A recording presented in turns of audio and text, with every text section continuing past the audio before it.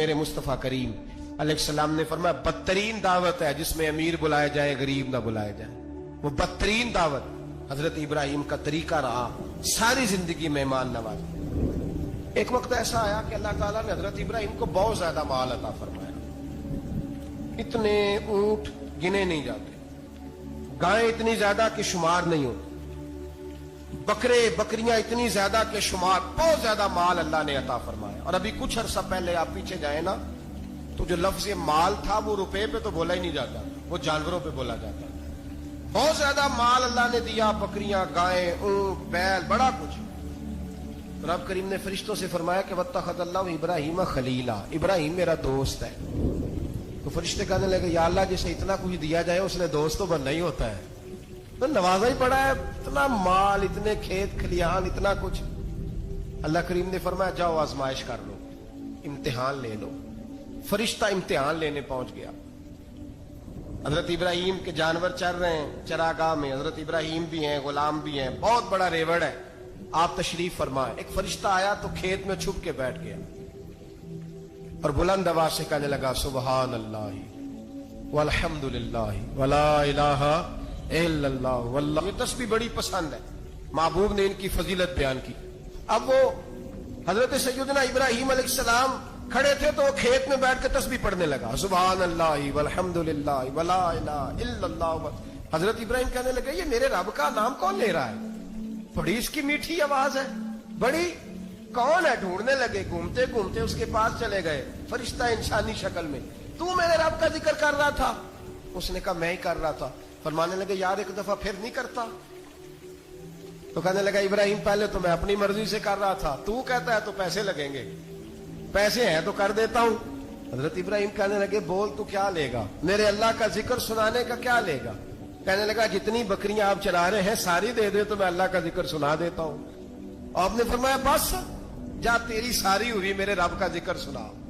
اور پھر شروع ہو گیا سبحان اللہ الحمد للہ ولا الہ الا اللہ واللہ اکبر. حضرت ابراہیم علیہ السلام کیف میں, یار پھر ذرا سنا, نہ علما وچ پھسا سانو, تو یار دی گل سنا سانو, ذرا دوبارہ سنا. میں پھر سنایا, ایک دفعہ پھر کہا. فرشتہ کہنے لگا بس یہ آپ کے پیسے پورے ہو گئے. حضرت ابراہیم کہنے لگے چل ایک دفعہ اور سنا. کہنے لگا پیسے لگیں گے. تو کیا لے گا؟ کہنے لگا گائیں بھینسیں ساری میری.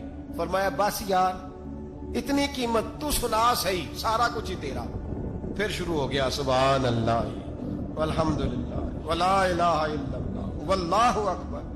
گائیں دے دیں, بھینسیں دے دیں, وہ ذکر سناتا ہے. حضرت ابراہیم کبھی مچلتے ہیں, کبھی روتے ہیں, کبھی آہیں پڑھتے ہیں. تو میرے رب کا نام لے رہا ہے, ذرا پھر سے لے. کیف جاری ہے. کہنے لگا بس بھائی. حضرت ابراہیم فرمانے لگے تو اور لے لے جو لینا ہے, مجھے ذکر سنا.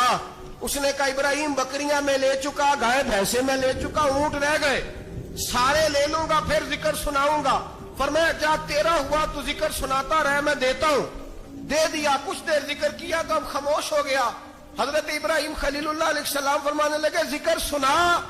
کہنے لگا ابراہیم اب تیرے پاس دینے کو کیا ہے, ہر چیز تو میں لے چکا. آپ فرمانے لگے یہ گائے بھینسیں بکریاں چرانے کے لیے تجھے کوئی نوکر ملازم بھی تو چاہیے نا. تو اس طرح کر, مجھے رکھ لے, میں روٹی نہیں مانگوں گا, کھانا نہیں مانگوں گا, تو اللہ کا ذکر سناتا رہنا, میں تیرے جانوروں کی نوکری کرتا رہوں گا. حضرت ابراہیم علیہ السلام نے جب یہ کہا نا, فرشتے کی آنکھوں میں آنسو آ گئے. تر دامنی پہ شیخ ہماری نہ جائیے, ہم دامن نچوڑ دیں تو فرشتے وضو کریں. فرشتہ رو پڑا اور کہنے لگا ابراہیم مجھے سینے سے لگاؤ, آپ واقعی اس قابل ہے کہ اللہ آپ کو اپنا دوست بنائے, واقعی اس قابل ہے کہ رب آپ کو اپنا. حضرت ابراہیم علیہ السلام کا خدا سے محبت کرنے کا نرالا انداز. اور میرے بھائی یہی محبت انہیں میرے مصطفیٰ سے بھی تھی. ایک نبی گھر بنا رہا ہے, دوسرا بنوا رہا ہے. حضرت اسماعیل علیہ السلام پتھر اٹھا اٹھا کے لا رہے ہیں, جناب ابراہیم بنا رہے ہیں. جب خانہ کعبہ بن گیا تو کہنے لگے ربنا وابعث فیہم رسولا, اے اللہ اب اسے بسانے کے لیے اپنا آخری رسول بھی عطا فرما. نبی پاک فرماتے ہیں میں دعا ہوں حضرت ابراہیم کی. پر حضرت ابراہیم سے رب کریم نے فرمایا چل ابراہیم کوئی چیز دے, تو کہا یا اللہ تینوں ہی تیرے نام پہ قربان کرتا ہوں, تیری ہوئی ساری, ہر شے تیری. حضرت ابراہیم نے دین کے لیے, آپ شہر بابل کے قریب پیدا ہوئے تھے,